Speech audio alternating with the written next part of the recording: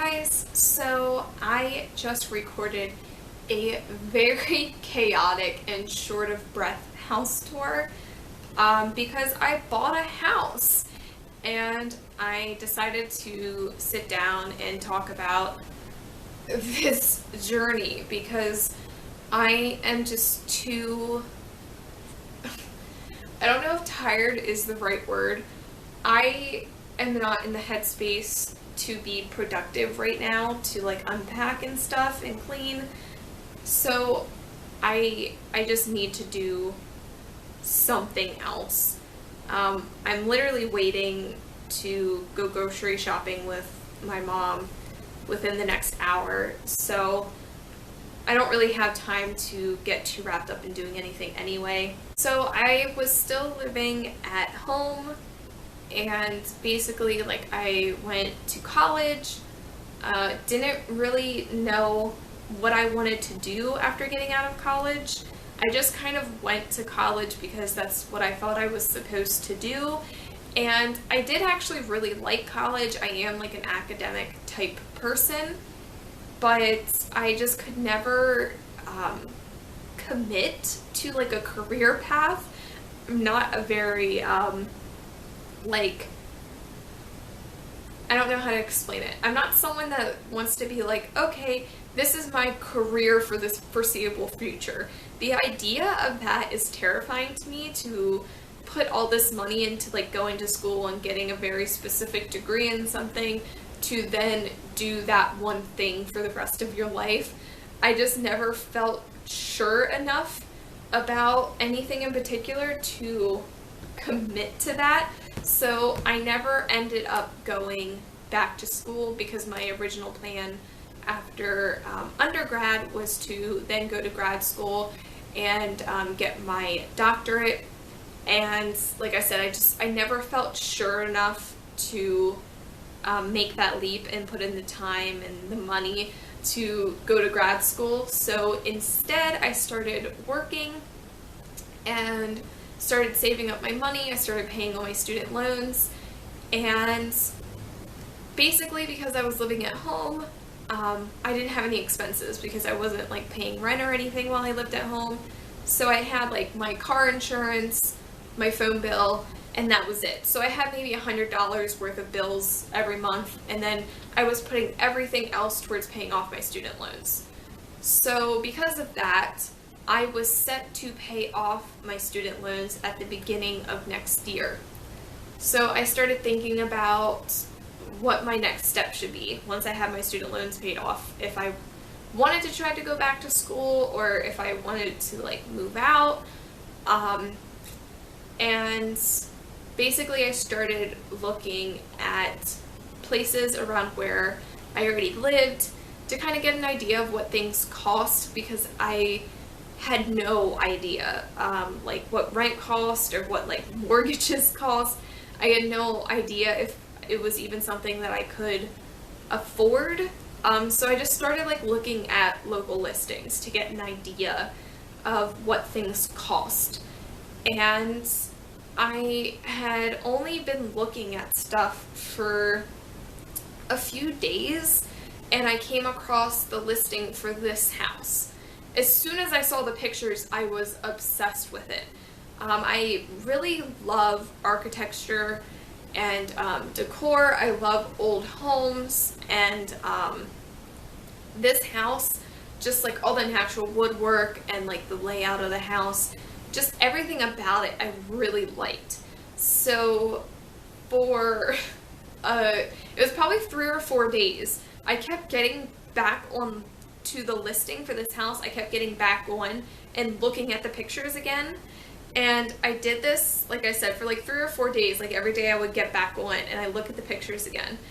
And then I finally went to my oldest sister and said to her, you know, I was on track to pay off my student loans at the beginning of the year. So like I was looking at places, trying to decide what I wanted to do. And I found this house.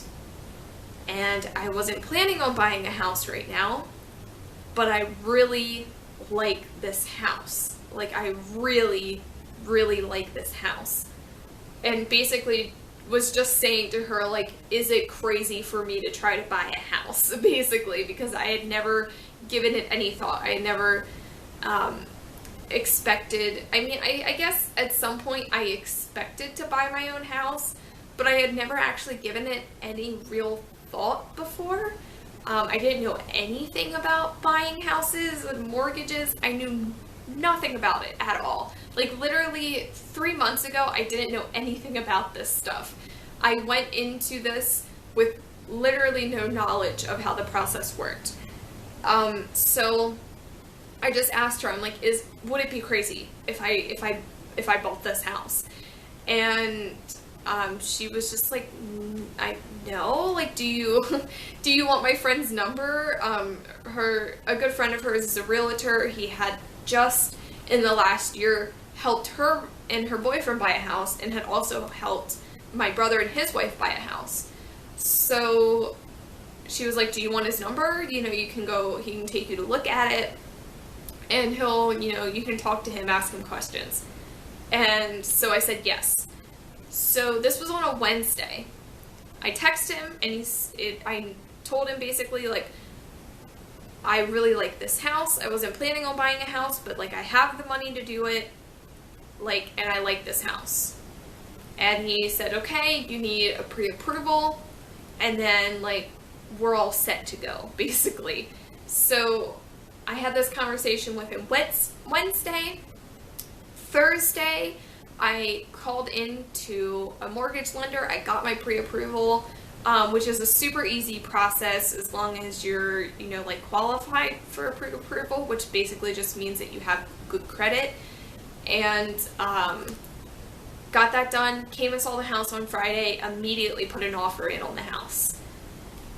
And this was August 7th, I believe. And I was officially under contract on the 10th, because I signed the contract on the 7th, and then I had to wait for the sellers to also sign the contract, which they didn't sign it until the 10th. So once we had both signed it, I was officially under contract to buy the house. Now, buying a house is like a month-long process, if you don't know, because they have to do all this crazy stuff related to the loan, the home loan, which shouldn't be that crazy. If you're gonna give someone a loan for that much money, you would think that there would be a pretty extensive process involved to just, make sure all the ducks are in a line, and that, they're gonna get their payments when they're due and all that kind of stuff.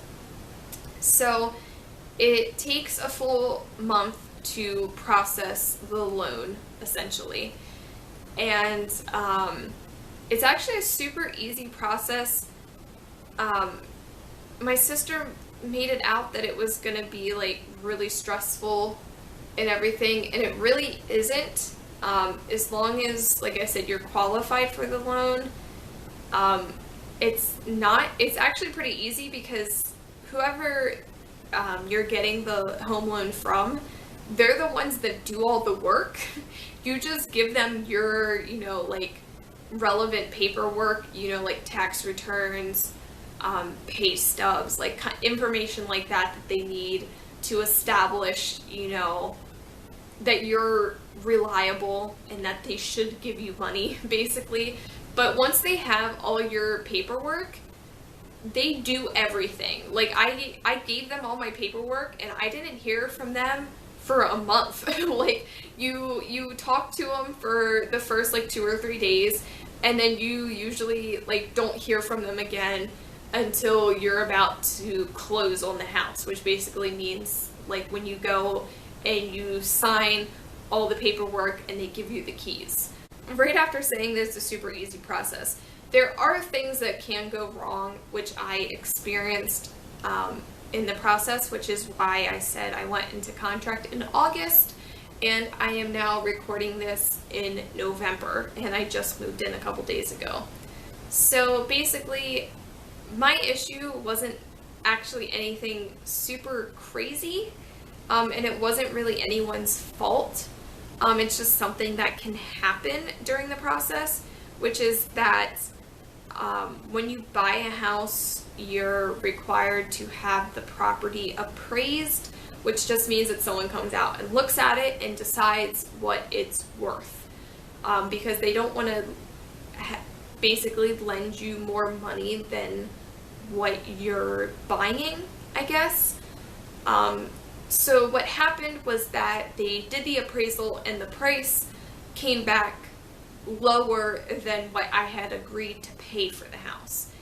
And so I couldn't afford to buy the house with the appraisal price being as low as it was. So I still wanted to buy the house, of course. So what I had to do was basically start the process all over again. So I had to go to a different lender and start the process at the beginning, have it appraised again, and that second process went through without any issue. I actually was okayed to close 2 weeks earlier than when I did close, but because of the late notice and my work schedule and everything, I just had them leave the closing date where it was. It is now November 12th. I officially closed on the house and got the keys on the 6th. So it's been almost a full week. I've been moving all my stuff over here. I officially have all my stuff at the house now. I brought the last of my stuff from my mom's over here yesterday. It was a long process because I would have had everything over here sooner, but I got the keys on Friday, and then I actually worked Saturday, Sunday, and Monday, and didn't have off until Tuesday. So I was basically going to work, working all morning, then coming home and bringing over what I could for those couple days. So those days weren't super productive as far as the moving process. So it took a little bit longer, but I officially would say that I moved in on Tuesday because that was the first night that I stayed in the house. And then, like I said, I actually had all of my stuff here by Wednesday afternoon because I still had a few things that I had to go and get, including one of my cats. I only had one of my cats over here. I brought Smokey over on Tuesday, and then I went back for my other cat, Church, on Wednesday. I don't know where she's at. She's probably upstairs. But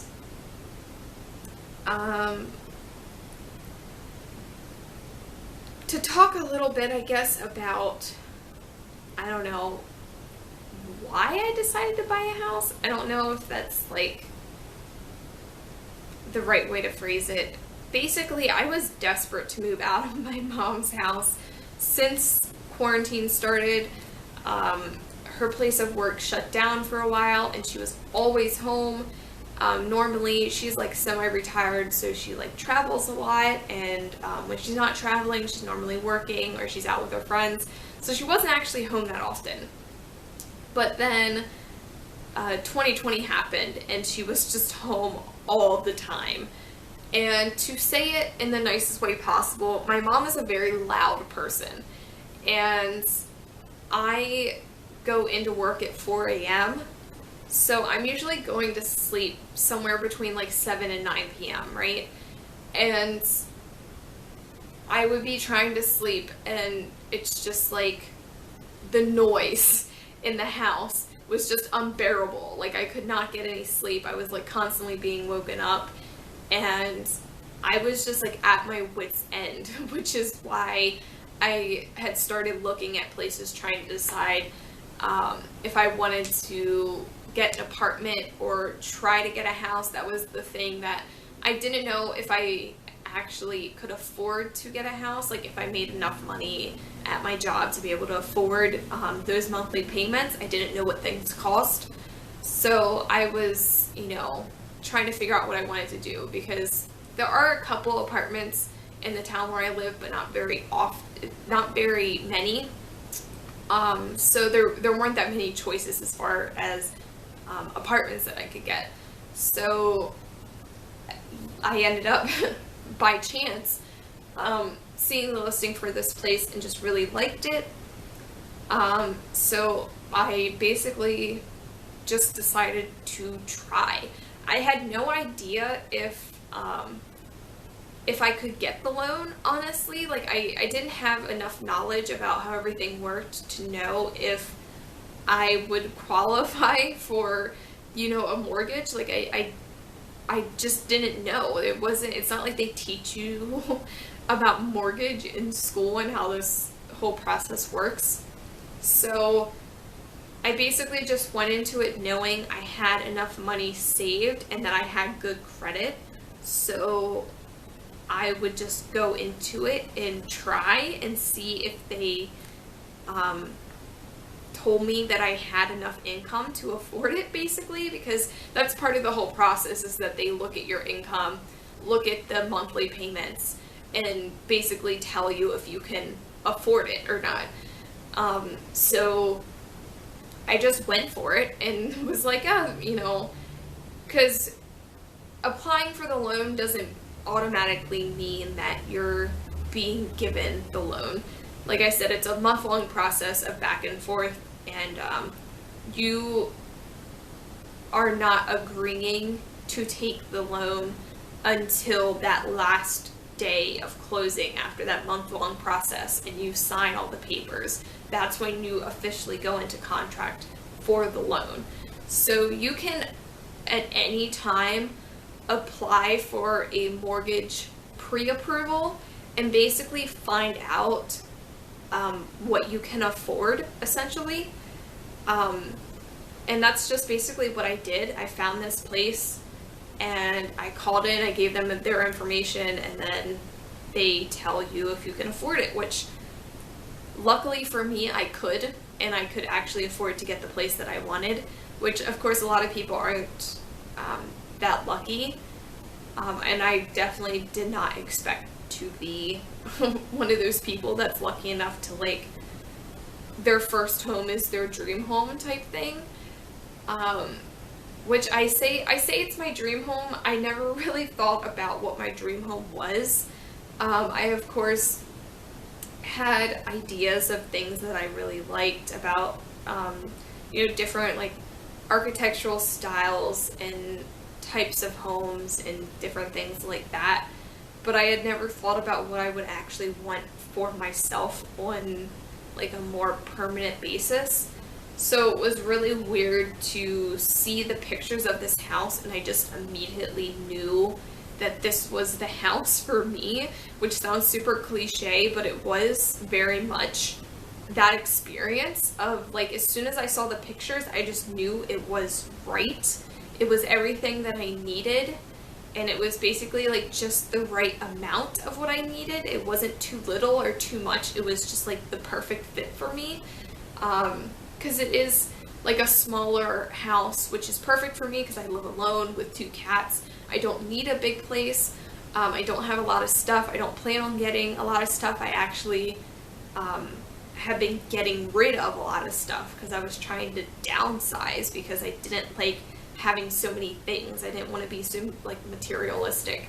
So I was trying to be more minimalistic and get rid of a lot of things, like, fully embrace the KonMari way of looking at your possessions. So everything about this place just kind of works as far as, like, the way everything's laid out, and, like, the size of everything is just really good. I would say, honestly, the one downside to this house is that I have a huge yard. I have no need for a big yard. All it's going to mean for me is having to mow a lot of grass, which I'm not looking forward to at all. But that's honestly, like, the main downside of this house, is the fact that I have this humongous yard, which I'm never going to use, but I'm going to have to maintain. So, I mean, if that's the worst thing about the house, I'll be very happy. There's, of course, always things that crop up that you're like, oh, I have to get this fixed. I I have to, do this, do that, because of course a lot goes into buying a house that you might not think about if you've never gone through the process before, because it's not just you move in and everything's good.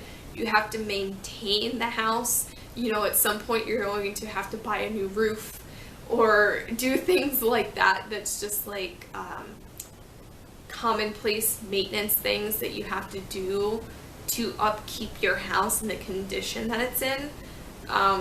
So there's a lot, and I'm sure that when things start breaking, I'm probably going to get overwhelmed, but I'm just trying to enjoy where I'm at right now, which is just, enjoying having my own place, getting everything set up the way I want it, not having to run anything by somebody else. I can do everything exactly like I want it. No one else's opinions matter because this is my house and no one else lives here, which is amazing. It is super weird to live alone for the first time in I think it's been 5 years now, but I actually really like living alone. I lived alone for 2 years when I was in college and I loved it. I am a hermit. Apart from going to work is the only time that I leave the house. Otherwise, I'm a complete hermit. I'm always home. I don't go anywhere. I don't do anything. So having a home that I can come to and be alone is going to be amazing. But it's also weird after living in such a loud house for the past 5 years, because like I said, my mom is a very loud person. And there was constantly people at our house. So it's a weird adjustment to make after that. And it doesn't help that I don't have internet right now.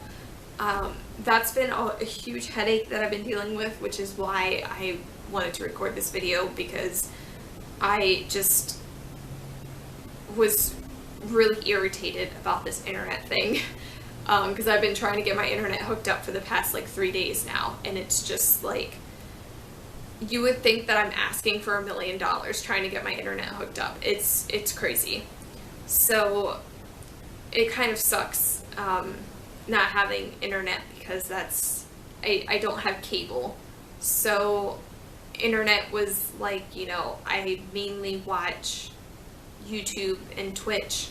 So it really sucks. I'm having to rely on just watching DVDs all day to have something on. But yeah, other than that, the whole internet thing has honestly been really the only headache that I've experienced so far. So if that's the worst thing that's happened, I've been really lucky. And of course there's things around the house that I need to fix and stuff like that, but honestly it hasn't been anything major. So I'm just trying to not be too negative and get hung up on the things that aren't working out, I guess.